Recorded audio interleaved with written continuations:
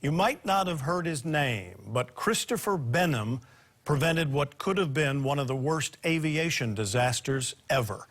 He was the captain of the United Airlines flight that had to make an emergency landing in Honolulu last year after the engine cover came off in midair. Manolo Morales sat down with Benham, as you'll see only on KHON2. Manolo? Well, there were 381 people inside that plane, and the passengers we spoke with said they really thought they were going to die. So tonight we hear from Captain Benham, and his side of the story is just as chilling. United Flight 1175 from San Francisco was about 200 miles from Honolulu when the cover from the right engine came off. Soon after, passengers took video of themselves saying goodbye to their families. All of a sudden, felt like we hit a brick wall at 500 miles an hour. The right engine exploded. Captain Benham says the automatic pilot and throttle were immediately disconnected and the plane started rolling. I do acrobatic flying, so I knew what needs to be done. You can't have the airplane roll on its back. It could have been the end of it. He had to work with his co-pilot, First Officer Paul Ayers, but that was a challenge on its own.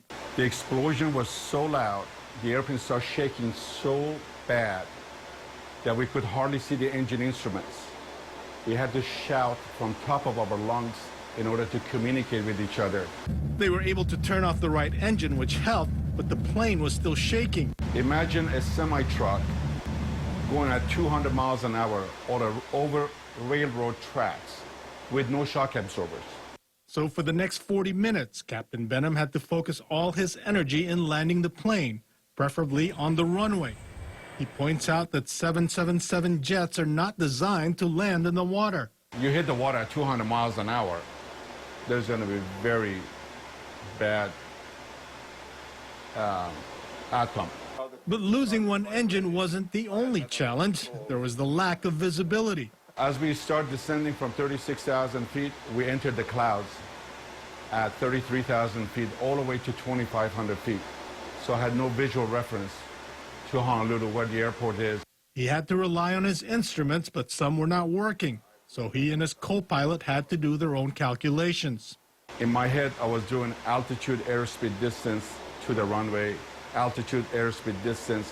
So I was calculating my rate of descent, so I will end up at Honolulu right on the dot.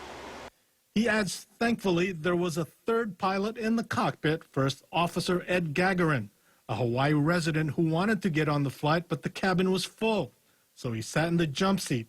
Benham said having that extra pilot was critical so he can focus on just flying the plane.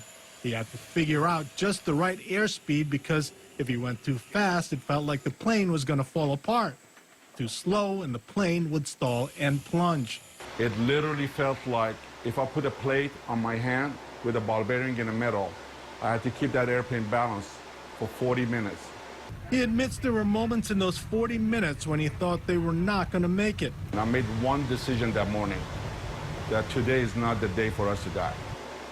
I had not said my goodbyes to my family, kids. And of course, there were some 370 passengers, plus the crew members. That, oh my God, there is a town back there. I'm carrying a small town. I had to make it, you know. When they landed safely with no one injured, the pilot stood by the door to thank the passengers as they got off the plane. The passengers were appreciative also. Benham, Ayers, and Gagarin were honored last month in Washington, D.C. by the Pilots Union, the Airline Pilots Association, with the Superior Airmanship Award. It's only the 5th time the award had been given, and also put them in the union's magazine cover. Benham's family, including his 2 boys and 2 girls, were there with him. Captain Benham still flies with United Airlines. He's been doing so for more than 30 years. The National Transportation Safety Board is still investigating the cause of why the engine cover came off. Back to you. Thanks, Manolo. Man, how would you like to have been on that flight? No, thank you.